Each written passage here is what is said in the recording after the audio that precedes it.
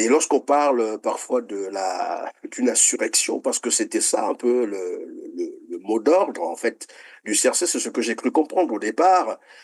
Comment faire pour que cette dynamique puisse finalement se réaliser? Puisque vous êtes à l'étranger. Oui, nous sommes à l'étranger, mais en même temps, nous sommes sur le territoire. Vous savez, on rentre sur le territoire quand on veut, on sort quand on veut. Hein. Bon, ça, on peut faire un débat autour de ça. C'est notre pays. Voilà. Quand on veut, on y entre. Un homme agit quand il sait, quand on lui a dit, quand on lui dit comment faire. Les Congolais aujourd'hui savent, mais je doute qu'ils aient en commun une démarche claire, faisable. Il n'y a pas de solution face à un dictateur, c'est l'insurrection. Tous les peuples du monde sont passés par là. Il y a eu des morts. Il ne faut pas craindre la mort parce que, bon, c'est pas pour l'envoyer au suicide. Parce que j'entends des gens qui me disent qu'il envoie ses enfants qui se mettent devant. Oui, on a été devant. On a été devant face à lui. Et il sait parfois ce qu'on lui a dit, de vivre dans les yeux dans les yeux. Donc, ce n'est pas ça le problème. Mais ce qui paye aujourd'hui, à un moment donné, il faut être capable de se dire, bon, arrêtons de pleurer. Comment on se met ensemble pour mettre fin à ce mal? Si on n'y met pas fin, on va continuer à payer. C'est comme un loup qui est dans la bergerie. Les moutons continuent à pleurer, à beugler. À un moment donné, il faut se retrouver, préparer les cornes. Il en bouffera un, il en bouffera deux. Vous allez enfin, je n'ai pas envie d'être violent, mais il faut régler la question. Et le Congo a besoin aujourd'hui d'une insurrection populaire. Parce que la pourriture est telle, atteint les niveaux tels, et c'est pour ça que nous n'encourageons pas les coups d'État. Parce que Oui, mais mon colonel, pardon de vous arrêter comme ça, mon colonel. Et tout à l'heure, Georges va prendre donc la parole pour qu'on aborde finalement le prochain volet qui porte sur la sécurité. Mon colonel, c'est une question, mais de toute façon, elle est facultative. Vous pouvez répondre ou non. J'ai suivi et j'ai réécouté certaines vidéos sur Denis Sassou Nguesso lorsqu'il était à l'opposition. Il aimait bien à dire, je suis un général. Je suis un général et si ça ne marche pas, je porterai mes galons. Quand j'ai dit ça, vous êtes soldat, vous êtes colonel des facs. Vous avez compris ce que cela veut dire. Et la question qui nous revient souvent, et c'est ce qu'on a, je ne sais pas si c'est à tort ou à raison, que certains ont reproché au colonel, au général plutôt, Jean-Marie Michel Mokoko, c'est de dire, mais attendez, est-ce que, quoi, il pensait que par une élection, Sassou pouvait lui laisser le pouvoir. Et quand il s'est présenté, les gens se sont dit, bon, comme c'est un général, comme ça ne va pas marcher, j'espère que lui aussi portera ses galons. Pourquoi vous, colonel Simon-Pierre Moussunda, pourquoi vous ne me laissez pas porter vos galons? Christian, tu m'excuseras. Ma question, c'est sur la tienne. Je ne vais pas la poser une deuxième fois. Je vais simplement dire pour compléter ce que tu dis et le colonel aura le loisir de nous répondre. Bon, je pense que notre argumentaire est basé sur, n'est-ce pas, l'histoire également. Hein? Alors, quand je dis cela, je me reporte encore en 1997. C'était janvier ou février. Moi, j'étais à Paris et M. Denis Sassou Nguesso a fait une grande conférence en Paris, vers la place d'Italie. Et j'étais à cette conférence-là quand il s'apprêtait à partir au Congo-Brazzaville. Eh bien, dans cette conférence, M. Denis Sassou Nguesso, je pense qu'il m'entend très bien et toutes les personnes qui étaient là se souviendront.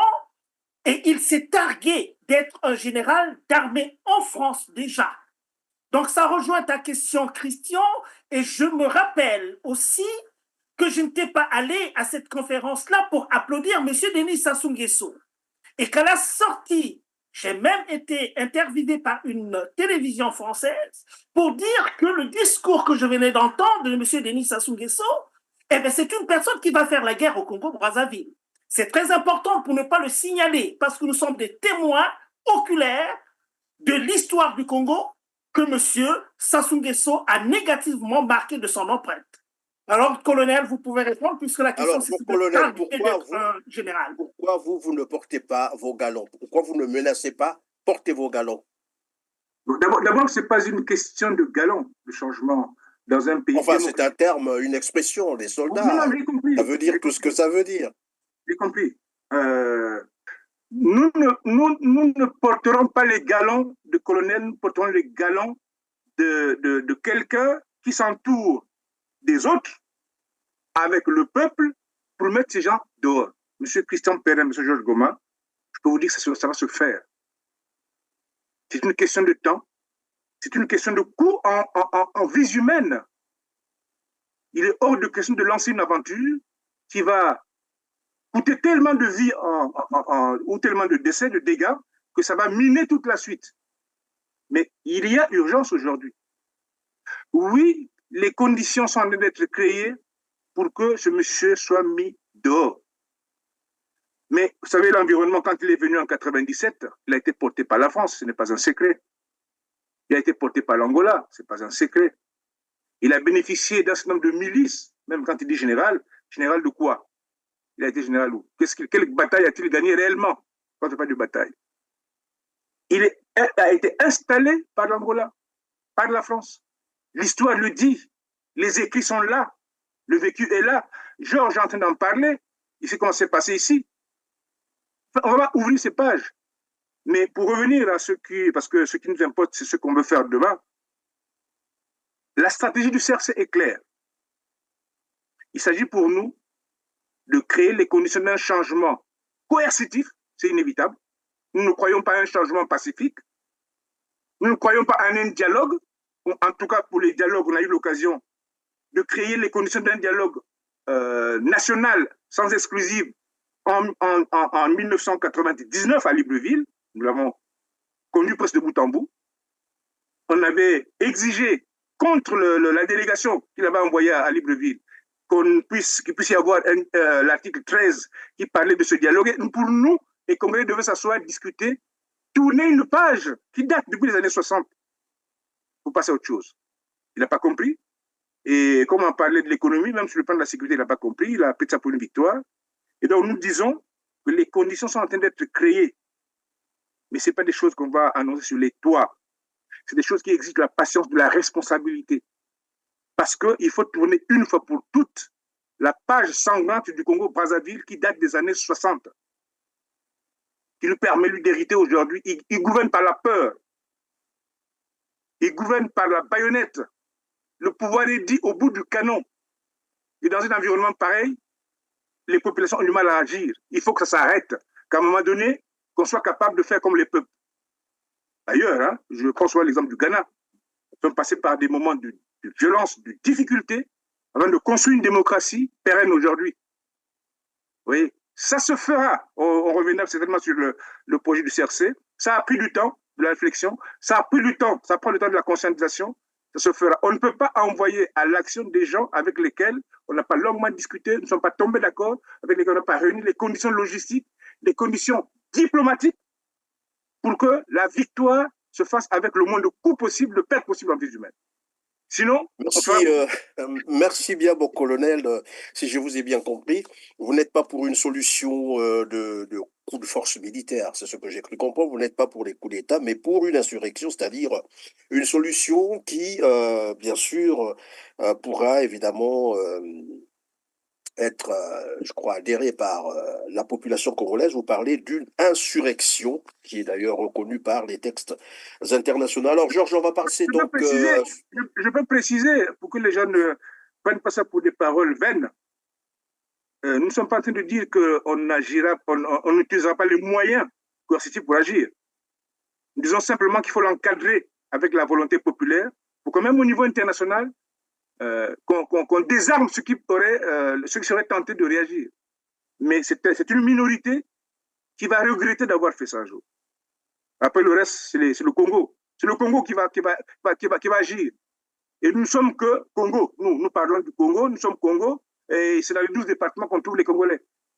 Et quand on entend bourdonner aujourd'hui les Congolais, quand on les voit, le regard qu'ils ont les Congolais, le regard à gare, à leur place, à la place des gouvernants, je me méfierais.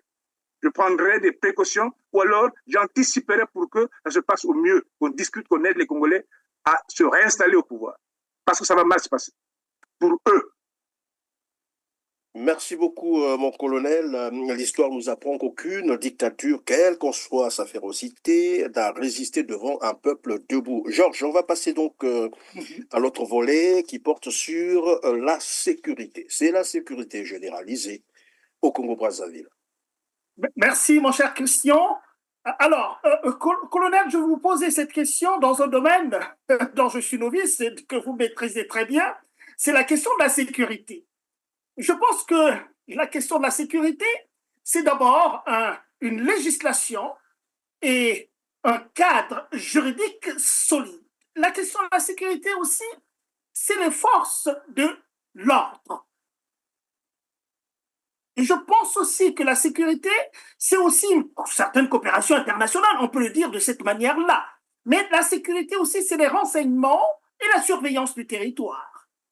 Mais la sécurité aussi, c'est une sorte de sécurité des frontières. Ça, on le sait. Je vais terminer encore par une chose, c'est que la sécurité aussi me renvoie tranquillement à la lutte contre une forme de criminalité organisée.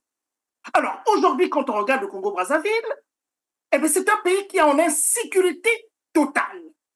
En insécurité totale parce qu'on voit très bien, et heureusement que nous avons les médias sociaux à notre portée, qui nous rapportent des informations en temps réel. On ne peut pas parler de la désinformation, de la mésinformation, de la propagande, puisque les vidéos qui nous viennent sont des réalités concrètes que les gens vivent dans leur quotidien au Congo-Brazzaville.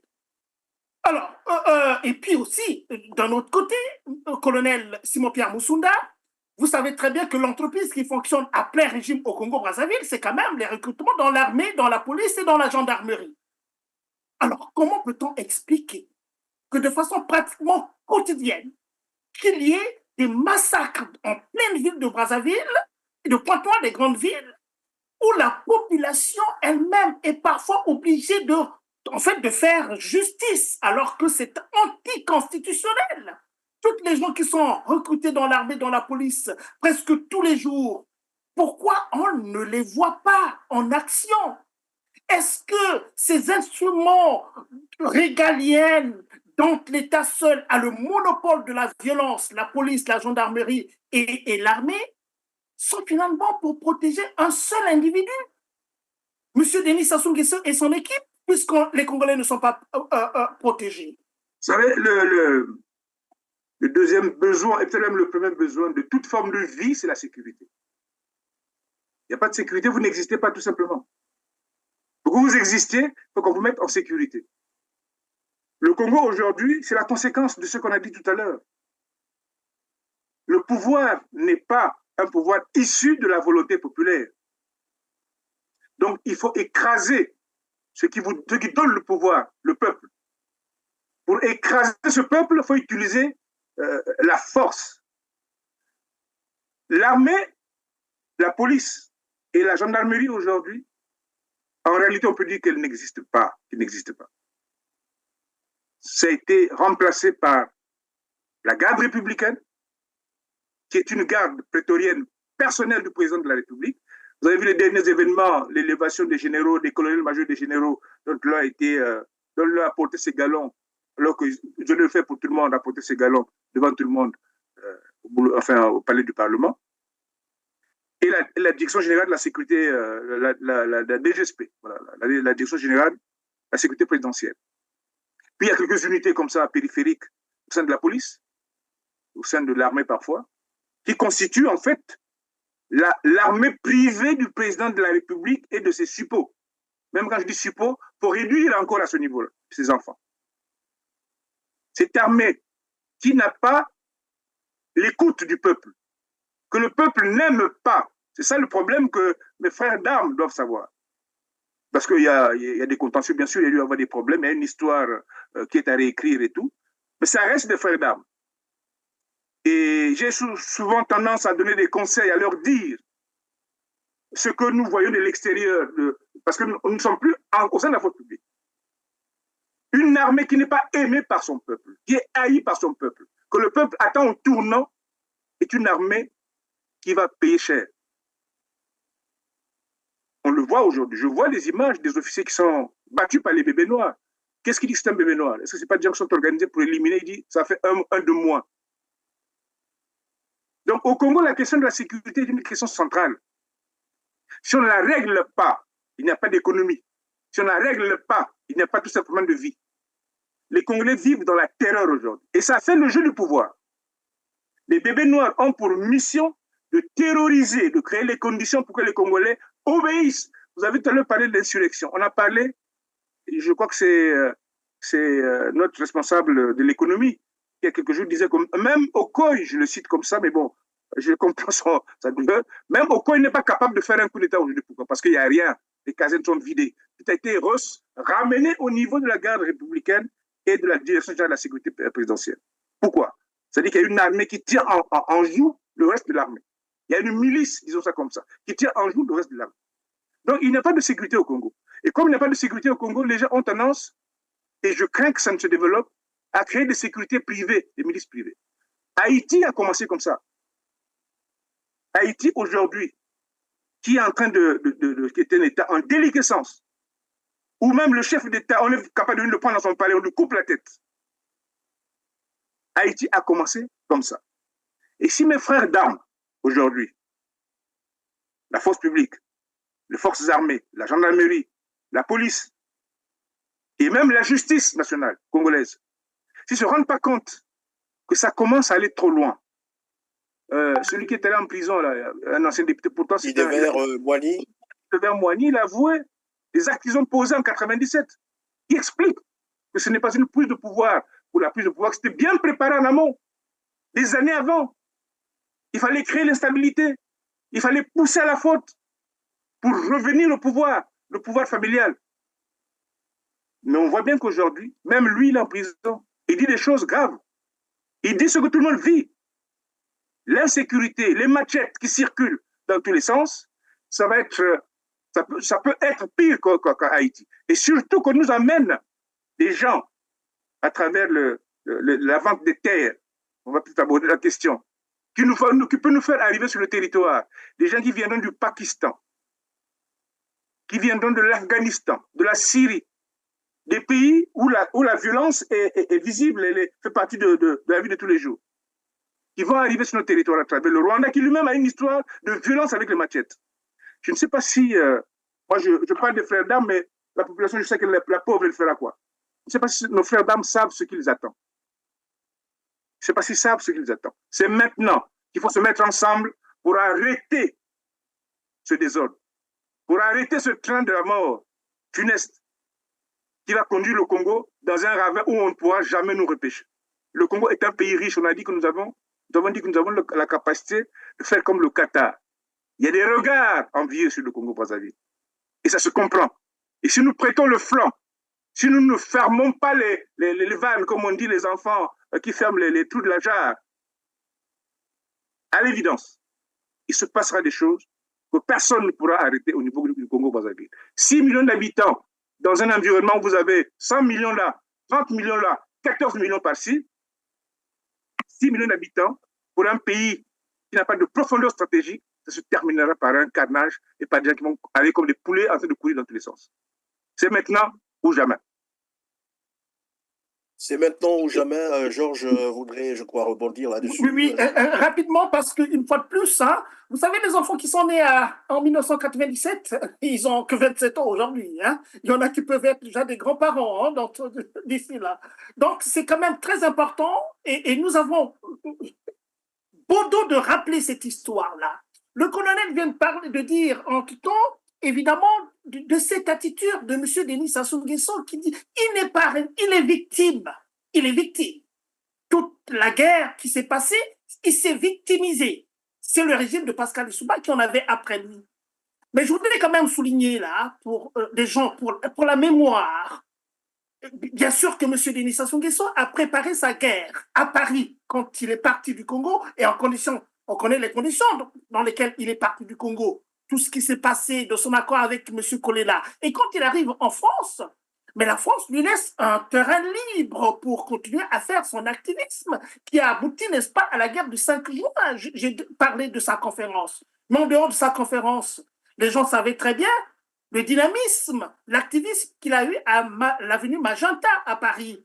Il y avait Magenta, où évidemment tous les jeux. Pardon, juste une parenthèse, le même activisme qu'on interdit désormais. Exactement, Christian, tu l'as compris très bien. Le même activisme qu'on interdit aux autres, y compris les autres qui n'usent que de leurs paroles, qui n'usent que de leurs paroles. Est-ce qu'on peut imaginer, Christian, le colonel, que des gens comme nous autres, qui ne faisons que parler à tort ou à raison, on ne peut pas aller au Congo-Brazzaville, ils le savent très très très bien. Donc je vais terminer par cet aspect de la chose. Magenta et l'avenue rap. Magenta, c'était tous les jeunes qui ont travaillé pour lui. Et l'avenue rap, c'est le palais de rencontre de M. Denis Sassou Nguesso qui recevait les autorités françaises et tous les autres pour le préparer à revenir. Et je vais terminer en parlant du fameux fret.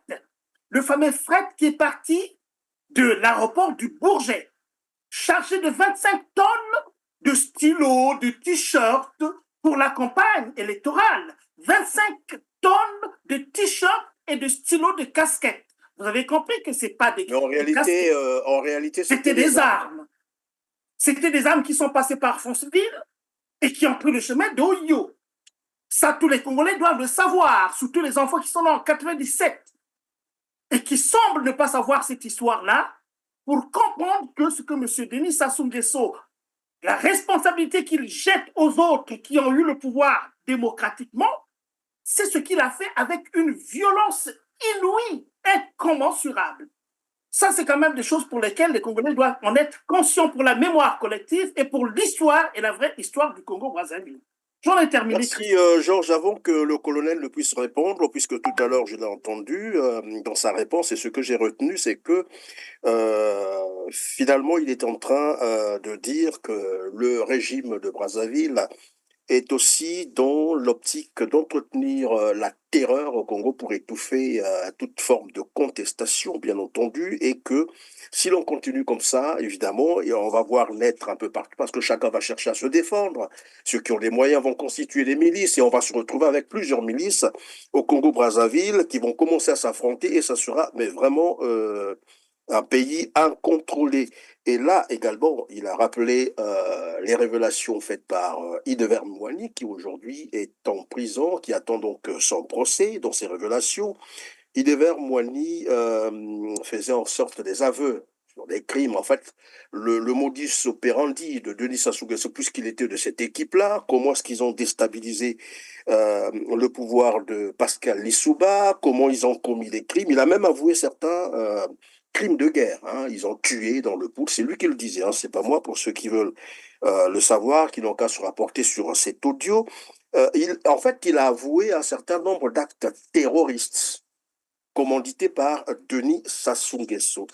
Et ma question aujourd'hui, c'est lorsqu'on est en face d'un tel régime qui viole pratiquement toutes les lois, qui ne respecte personne, qui ne respecte aucune loi, et vous disiez tout à l'heure qu'il faut organiser une insurrection. Mais avant l'insurrection, y a-t-il, il n'y a pas quelque chose à faire, par exemple, parce que évidemment, c'est la question qui nous remonte souvent. Les jeunes se disent, mais on attend, ça n'arrive pas. C'est une jeunesse impatiente. Comment faire arrêter tout ce désordre finalement? Et peut-être même avant l'insurrection. Il y a un travail qui se fait dans le silence des opérationnels qui sont chargés de mettre sur papier et de concevoir tout le volet opérationnel et logistique. Voilà. Ce qui est en train d'être fait aujourd'hui avec les jeunes, comme je disais dès le départ, il faut parler. Quelqu'un qui ne sait pas ce qu'on veut faire, qui n'est pas au courant des objectifs et des modalités, des modes d'action, il ne viendra pas avec vous, malgré la douleur qu'il vit. Donc, pour les jeunes aujourd'hui, ce qui est important pour eux, c'est de savoir qu'on a un objectif commun. Plus pour eux que pour nous. Quand je dis jeunes, ceux qui sont sur le territoire, ceux qui sont à l'extérieur, qu'on retrouve ces jeunes, on les retrouve dans les 12 départements. Personne, quand vous prenez les 12 départements du Congo aujourd'hui, peut être satisfait de ce que fait ce gouvernement. Donc quand on n'est pas d'accord, on s'organise, on agit. Il faut donc réseauter. Il faut donc aller à l'information. Il faut donc aller à l'organisation. Et nous avons dit que nous sommes un mouvement de résistance. Nous ne sommes pas un parti politique. On aurait tout le loisir de faire des meetings, d'expliquer à Brazzaville, à Pointe-Noire, à Doulisé, à Nkaya, à Ouesso, à Imfondo, à Evo, à Wando et à Djambala. C'est ce que nous travaillons. Ce qui est urgent aujourd'hui pour l'ensemble des Congolais, c'est d'entrer en connexion avec les réseaux qui fonctionnent. C'est difficile, c'est fermé, pour que nous organisons la fin rapide de ce mal, de cette douleur nationale. Et si elle continue, pourra amener des véritables tigres dans l'enclos. Nous sommes en train de voir ce que fait le Rwanda. Vous voyez, on passe d'un point à l'autre. On voit ce que fait le Rwanda. On y reviendra. Le Rwanda va importer des gens qui n'ont pas la culture congolaise, qui n'ont pas la culture d'Afrique centrale. Le Rwanda montre déjà à l'est de la RDC ce de quoi il est capable. Nous sommes un pays fragile, 6 millions d'habitants, sans profondeur stratégique. Ne nous amusons pas avec le feu. Les questions de sécurité, il y a même un message qu'on peut adresser à nos frères de la sous-région. Tout à l'heure, on parlait du monde qui bouge, d'un monde prédateur, d'un monde violent. On voit comment ça se passe entre la Russie et les États-Unis, entre l'OTAN, la Russie, entre la Chine et une autre partie de l'Occident. On voit comment ça se passe au Moyen-Orient. On sait très bien que les matières stratégiques de demain se trouvent en Afrique centrale. Demain, ce demain dont on parle, qui n'est pas loin, qu'est-ce qui va arriver? Et ça peut se comprendre, des gens auront tendance à venir prendre à la source, se servir, y compris contre la volonté des populations. On rentre en insécurité. Et je ne vois pas ce que pourra faire nos pays, là, je ne vois pas comment on pourra réagir. Donc, ça, même à ce niveau-là, ça exige que les États se parlent, se mettent ensemble, quitte à organiser ensemble un certain nombre de volets de la sécurité sous-régionale, de la protection des biens, de nos ressources, de nos sous-sols, de nos fonds marins. C'est une urgence. Donc, pour revenir sur le Congo-Brazzaville, sur la sécurité, nous avons un mal aujourd'hui. Ce mal s'appelle le dictateur général Denis Sassou Nguesso, avec ses ministres, ses membres du gouvernement, dont certains, je sais qu'ils y vont malgré eux, des députés qui ne comprennent pas leur rôle et des sénateurs, des juges qui ne comprennent pas leur rôle et qui demain rendront compte. La constitution qu'ils ont adoptée eux-mêmes en 2015 le prévoit, même s'il y a des articles qu'ils ont mis qui libèrent le président actuel de toute poursuite, le peuple passera au travers de ces articles pour demander des comptes et j'espère que le peuple sera capable de demander des comptes avec une main gentille. Sinon, ça serait très difficile pour ceux qui dirigent aujourd'hui. C'est maintenant, comme on le dit, qu'il faut que nos frères d'armes, ceux qui sont généraux aujourd'hui, ce n'est pas leur faute qu'ils ont été nommés généraux, encore que bon, on ne sait jamais. Les colonels, les sous-officiers, les officiers, les hommes de rang, c'est maintenant qu'il faut réfléchir au changement inévitable, radical, qui permet au Congo de rebondir et à vous de continuer à vivre décemment dans un environnement sain. Sinon, ça va être très, très mauvais. Ça va être très, très mauvais. Sinon, merci. Sinon, ça va être très, très mauvais. Nous allons terminer par ce dernier volet qui porte alors sur l'affaire des terres du Congo, la vente, c'est ce qu'il faut dire, la vente des terres du Congo-Brazzaville au Rwanda, des accords illégaux, mais déjà mis en œuvre parce que finalement, et malgré que ces accords ne sont pas passés, n'ont pas été ratifiés au préalable par le Parlement congolais, mais déjà, les Rwandais revendiquent 980 km². Ils l'ont dit à la télévision, nous avons tous suivi. Ils disent que désormais, ce sont là leurs terres. J'allais dire une enclave finalement rwandaise installée au Congo-Brazzaville par Denis Sassou Nguesso et son fils Christelle Denis Sassou Nguesso en violation flagrante, il faut le rappeler, de la Constitution congolaise, notamment ses articles 1er, 5, 44, 53, 217, 219, mais aussi des articles 39 et 40 de la loi 21-2018 du 13 juin 2018 fixant les règles d'occupation et d'acquisition des terrains et terres en République du Congo-Brazzaville. Alors ici, on va essayer un peu de lever certains équivoques. Vous avez probablement suivi Thierry Mongala, lui il parlait des baux amphithéotiques. Christelle Denis Sassou Nguesso également parlait des baux amphithéotiques. Après, Anatole Kolidi Makosso est venu pour tenter de distraire les Congolais avec un décret présidentiel d'autorisation d'occuper des réserves foncières de l'État. Mais tout ça, ça a été balayé parce que finalement, les Congolais ont retrouvé l'article qui semblait passer inaperçu, c'est le jour où l'ambassadeur rwandais au Congo, Théoneste Muchinda Chaka, je vais arriver à le lire, est allé voir Pierre Mabiala pour demander un titre, disons les actes fonciers. Pour ceux qui savent ce que c'est qu'un acte foncier, même lorsqu'on parle des actes, évidemment, cela aboutit finalement au titre de propriété. Seul celui qui se sent désormais propriétaire des terres peut demander des actes fonciers. Donc, tout le mensonge entretenu par Christelle Denis Sassou Nguesso, Anatole Collinet Makosso et je ne sais pas, ben voilà, Thierry Mungala, tout ce mensonge a été balayé. Donc aujourd'hui, les Congolais peuvent être fixés que ces terres ont été bel et bien vendues. Au niveau du CRC, certainement que vous avez suivi cette actualité. La question que je vais juste poser, c'est quelle lecture faites-vous de cette situation et comment vous vous y prenez? Je pense qu'au début, ils ont essayé de duper tout le monde. Ils ont signé des accords. Il y a même des choses à vérifier. Il semble que ce soit le fils Denis Christel qui, dans sa volonté de succéder à son père par tous les moyens, est allé chercher une force capable de l'aider à s'installer contre les autres. Parce qu'en réalité, il est évident que bon, il a une double nationalité qui ne plaît pas à beaucoup de gens. Il n'a pas l'assise qu'il faut dans la force publique. Et donc, il se sent dans une situation d'infériorité de pouvoir de la force par rapport aux autres prétendants. Donc, on peut comprendre qu'il aille voir les Rwandais, étant entendu que les Angolais ne jouent plus ce jeu-là, qu'en face, la RDC n'est pas prête à jouer ce jeu, on peut comprendre qu'il aille chercher les Rwandais. Bon, c'est une version qu'il faut valider. Dans tous les cas, cet accord cache deux objectifs qu'on ne veut pas dire à haute voix, parce qu'il y a même un volet militaire de l'accord dont on ne parle pas suffisamment. Le premier volet, c'est celui que je veux soulever. Le père, par des moyens, je ne sais pas lequel, laisse la place. Dieu l'appelle, par exemple. Il est fatigué. Fiston prend la suite. L'environnement est tendu. Je ne peux plus tenir. Le fils s'installe.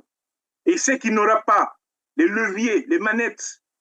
Parce que le pouvoir au Congo aujourd'hui est un pouvoir de la force. Il n'aura pas les moyens de résister, de tenir face à le lever de bouclier des autres, y compris dans son entourage. Il fait venir les Rwandais. C'est un des volets. Le deuxième volet, mais cette fois-ci, c'est peut-être les Rwandais eux-mêmes. Ils ont l'occasion de se retrouver à l'ouest de la RDC. Ils abattent un travail entre guillemets important à l'est, puisqu'ils saccagent. C'est un véritable génocide là-bas. Je ne sais même pas pourquoi la presse ne s'en mêle pas suffisamment. Mais c'est grave ce qui se passe à l'est de la RDC. C'est inacceptable au niveau international. 12 millions de morts, je crois, pour les chiffres qu'on donne. Quand on fait le point des morts depuis la fin de la Deuxième Guerre mondiale, on a du mal à trouver un chiffre pareil. Donc, et après, on peut suspecter que derrière cette main rwandaise, il y a des mains beaucoup plus velues qui sont en train de travailler pour pouvoir ponctionner des ressources minières contre la vie de la RDC. Mais en venant au Congo-Brazzaville, et quand vous regardez l'installation, ces agriculteurs dont on nous brasse à longueur de journée la capacité de produire, quand vous regardez l'installation de ces agriculteurs, c'est dans les approches de la frontière de la RDC. C'est à Maluku, c'est à Yamba. Yamba, je crois que c'est à 36 km de la frontière. Maluku, c'est quand vous faites un vol direct, vous avez Kinshasa. Pour certaines armes, c'est direct sur le palais présidentiel de Etienne Tshisekedi. Il faut dire les choses clairement. De Maluku, on est capable de tirer sur le palais de Fachi. Voilà, pour être sûr. Et c'est Ndoulizi qui est aux frontières, cette fois-ci également, de l'Angola et de la RDC. Vous savez, Kitona, pour le frère de la RDC, ils savent quand on parle de Kitona, à quoi ça rime. C'est quoi Kitona? De certaines localités où pourraient s'installer les Rwandais, ils peuvent très bien avoir à portée Kitona. Et donc, cette démarche pernicieuse, malicieuse, qui s'ajoute à ce que, au migrant deal que vient de signer le Rwanda avec la Grande-Bretagne, qui va faire, que vous l'avez dit, avec suffisamment de détails, quand vous achetez un terrain et qu'on vous donne les documents nécessaires pour en être propriétaire, le titre foncier, quand vous l'avez, c'est chez vous. Vous en faites ce que vous voulez. Vous avez parlé du ministre qui parle des beaux et tout. C'est 99 ans peut-être. Dans les 99 ans, on peut tout faire. On peut même changer toute la population. 99 ans, c'est plus que la durée de vie d'un Congolais moyen. Peut-être 2 fois, ça fait 2 générations. Donc, en s'installant dans ces zones, en achetant ces terres, en devenant propriétaire foncier de ces terres, le Rwanda est libre de faire venir et d'y installer qui il veut. Moi, j'ai une maison, elle m'appartient, j'ai tous les papiers, j'ai tous les documents, j'y loge qui je veux. On est d'accord? Donc, le Rwanda est capable, pour des choses dont on ne sait pas exactement qu'est-ce qu'il y a derrière le Big Grand Deal, d'installer au Rwanda peut-être, mais y compris en République du Congo-Brazzaville, sur les terres qu'ils ont achetées sous prétexte d'agriculteurs. Mais il y a des affaires de culture. Le Pakistan, l'Iran, enfin, l'Iran encore un peu moins, mais le Pakistan, la Syrie, l'Afghanistan, mais je ne prends que cela, mais on peut multiplier parce qu'ils seront nombreux à venir, n'ont pas les mêmes cultures, les mêmes habitudes et les mêmes croyances que les Congolais de Brazzaville. Ils sont habitués à la violence. Ce n'est pas un tort qu'on leur fait, c'est une réalité. Et vous savez bien que s'ils viennent sur nos terres, avec leurs croyances, avec leur facilité à aller vers la violence, leur culture, leurs habitudes et les capacités financières qu'il ne faut pas sous-estimer. Aujourd'hui, c'est le Rwanda qui achète les terres. Demain, ça sera les Pakistanais, les Syriens, les Afghans qui vont acheter les terres chez nous, qui vont s'installer. Ce sont des terres fertiles. Le Congo, au cœur du continent, c'est un Éden sur terre. Et tout le monde veut y aller. Tout le monde rêve d'aller à l'Éden. Et ce message, je pense que même nos frères de la RDC devaient l'entendre. Nos frères de l'Angola devaient l'entendre. Nos frères du Gabon devaient l'entendre. Nos frères de la RCA devaient l'entendre. Nous sommes propriétaires d'une armoire remplie de richesses que le monde entier veut avoir. À un moment donné, on négocie avec le propriétaire de l'armoire. S'il s'entête à ne pas donner la clé, qu'est-ce que je fais? Je lui casse la gueule, je casse la clé et je prends l'armoire, je m'en vais avec. Il va faire quoi si je suis plus fort? Voilà le danger qui guette notre pauvre petit pays de 6 millions d'habitants. Oui, mais mon colonel, le danger qui guette notre petit pays, le Congo-Brazzaville, mais apparemment, là, les accords sont déjà mis en œuvre. Donc, on suppose que c'est déjà fait, c'est parti. Que faut-il faire finalement? Les peuples sont souverains. Et ça, c'est la réponse que j'apporte, que nous donnons au niveau du CRC. Nous allons tout faire pour que cette équipe qui est en train d'amener le Congo dans la tombe, pour qu'on la fasse partir par des moyens coercitifs. Insurrection populaire et moyens d'appui. Une fois qu'ils sont partis, ceux qui s'amusent à signer des accords contre, qui ne respectent pas, encore une constitution taillée sur mesure, qui ne la respectent pas, le peuple souverainement décidera de les réviser ou de les révoquer. Nous sommes libres, nous sommes souverains, nous sommes à même de dire ça ne nous intéresse pas, vous foutez le camp avec vos papiers. Après, les juridictions internationales ou nationales verront ce qu'il y a à faire, mais ils foutront le camp avec leurs papiers. Parce qu'il est hors question d'accepter que quelqu'un vous mette un couteau à la gorge et que vous riez. On ne rigole plus quand on vous met le couteau à la gorge. On réagit vivement. Et les Congolais sont en train de réagir vivement. Parmi ces réactions vives, les débuts sont ces marches qui sont en train de s'organiser. On devait écouter ces messages. On devait convier le maximum des Congolais à participer à ces marches. Il s'agit de l'existentiel. Tu existes, tu es en sécurité. Tu n'es pas en sécurité, tu n'existes pas. Il n'y a pas d'enfant, pas d'amant, pas de manger, pas de maison, pas de terre, tu disparais.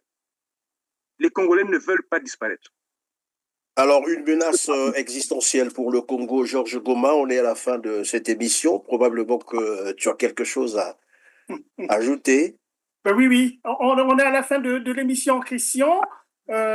Écoutez, moi il y a une pensée qui me vient là.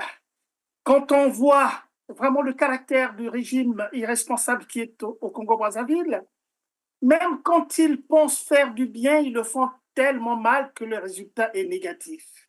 Et quand ils pensent faire du mal, ils le font tellement bien que le résultat est davantage catastrophique. Alors, sur la question de la vente des terres, ce sera peut-être une conclusion. C'est vraiment un épisode des plus tragiques, des plus douloureux que notre pays est en train de vivre aujourd'hui parce que, on l'a dit, certains l'ont dit, les Congolais ont laissé faire M. Denis Sassou Nguesso tout ce qu'il a fait du mal dans ce pays. On ne va pas les énumérer, on l'a suffisamment dit. Les Congolais ont tout lâché, ils ont tout laissé.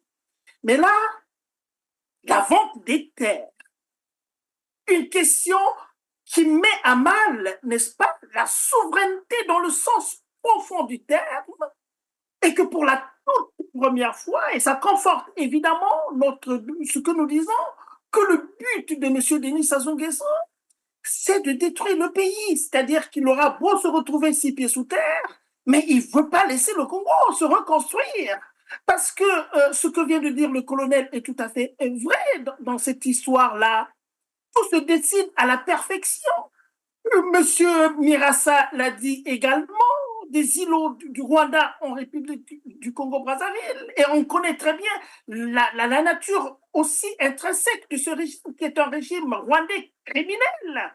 Tout ce qui on envoie au Congo-Brazzaville, je pense quand même que c'est des armes qu'on envoie là-dedans. Donc nous serons face à une situation très très difficile où évidemment notre survie en tant que tel, le Congo-Brazzaville, est remise en cause de la façon la plus terrible qui soit. Et nous sommes bien contents parce que les Congolais ont compris évidemment qu'ils ne le seront pas faire. Des voix se lever du nord au sud, de l'est à l'ouest, c'est une bonne chose. Et la démarche du CRC, je pense, telle que le colonel Simon-Pierre Mossounda nous l'a expliqué, elle est claire et nette. Elle est claire et nette. C'est un soulèvement populaire qui est un droit inaliénable pour les peuples qui sont opprimés, qui sont tyrannisés. Et le peuple congolais est opprimé et tyrannisé sur tous les plans parce qu'on a bien démontré qu'un pays bougrement riche, qui brasse des milliards et des milliards, mais les milliards qui sortent de son sol ne sont pas utilisés comme au Qatar ou ailleurs, c'est-à-dire on sort l'or noir qui régénère le pays, c'est-à-dire on sort l'argent et on construit le pays, mais cet or noir-là est expédié ailleurs de façon brute et aussi avec l'argent qu'il y a autour.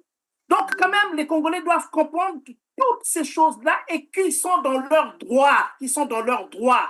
La peur de la mort, nous sommes tous en danger, qu'on soit au Congo-Brazzaville ou qu'on l'on soit à l'étranger. Merci Georges Koma de nous avoir rappelé que finalement tous les Congolais sont en danger. S'ils échappent aujourd'hui, demain ils n'échapperont pas parce que lorsque ça va dégénérer au Congo, c'est tout le monde qui sera concerné. Alors colonel Simon-Pierre Mossounda, je rappelle que vous êtes coordonnateur du Congrès pour la Renaissance du Congo, le CRC, mon colonel.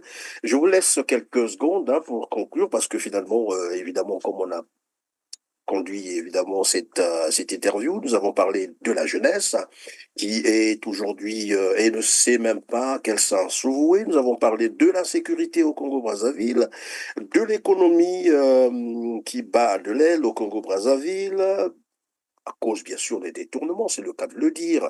C'est beaucoup d'argent qui est détourné, planqué dans les paradis fiscaux. Nous avons parlé de la vente des terres du Congo-Brazzaville au Rwanda. Quelle conclusion tirer pour finalement mettre terme à cette émission? Et vous nous rappellerez évidemment aussi comment est structuré le CRC.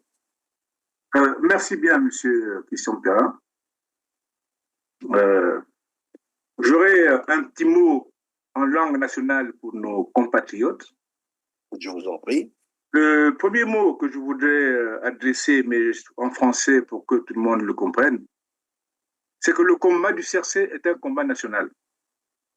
Le CRC n'est pas une propriété d'un groupe de jeunes, d'un groupe de gens, d'un groupe de vieux, d'un groupe de femmes ou d'hommes. C'est une association qui a été mise en place pour que les Congolais s'en approprient, se battent pour leur liberté. Nous n'avons pas eu l'occasion de développer les missions du CRC, son organisation. Je rappelle simplement que le CRC a un volet étude de projet, le projet national, dans lequel tout a été vu, tout a été passé en revue. Aussi bien les questions d'éducation, de formation, que des questions de santé, d'économie, de nos richesses, de sécurité, de diplomatie, de relations avec la sous-région et l'Afrique, des questions de numérique, parce que le monde est à l'heure du numérique aujourd'hui. Mais ça, nous aurons l'occasion, peut-être la prochaine fois, de développer ce que j'avais dit au départ. C'est-à-dire qu'on a une maison pourrie, la maison Congo aujourd'hui, entre les mains d'un gars qui est en train de la détruire. Et nous avons une nouvelle maison qui est là, qui est prête, que nous sommes en train de finaliser, de peaufiner, pour remplacer cette maison-là, que les Congolais vivent dans un environnement sous-régional sain, assaini. Ça, c'est le premier volet. Donc, que les Congolais s'approprient le CRC. C'est leur mouvement. Les portes sont ouvertes.